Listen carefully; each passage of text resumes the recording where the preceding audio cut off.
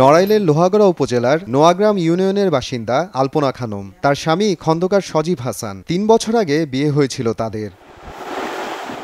শুক্রবার সকালে স্থানীয় শিকদার হাসপাতাল ও ডায়াগনস্টিক সেন্টারে ভর্তি হন সন্তান সম্ভবা আলপনা খানম। পরীক্ষা নিরীক্ষা করে সি সেকশনের সিদ্ধান্ত নেন চিকিৎসকরা। অবশেষে সফল হয় অপারেশন। একসঙ্গে জন্ম নেয় 3টি কন্যা সন্তান। বর্তমানে সুস্থ রয়েছেন মা মেয়ে 4 জনই।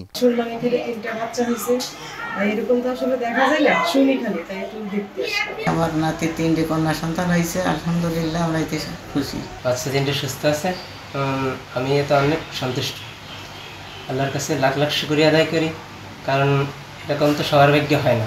মা ও শিশুরা শারীরিকভাবে স্থিতিশীল থাকলেও তাদের সতর্ক পর্যবেক্ষণে রাখা হয়েছে বলে জানান চিকিৎসক। বিশেষজ্ঞ ডাক্তারদের মাধ্যমে আমরা তাকে সি সেকশনের মাধ্যমে প্রসব করানো হয় এবং 3 জন কন্যা সন্তানের জন্মগ্রহণ করে। বাচ্চারাও এখন ভালো আছে এবং মাও এখন ভালো আছে, উভয় এখন সুস্থ আছে, আশা করি সুস্থ থাকবে।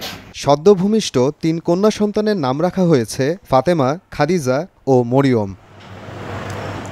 সময় সংবাদ, নড়াইল।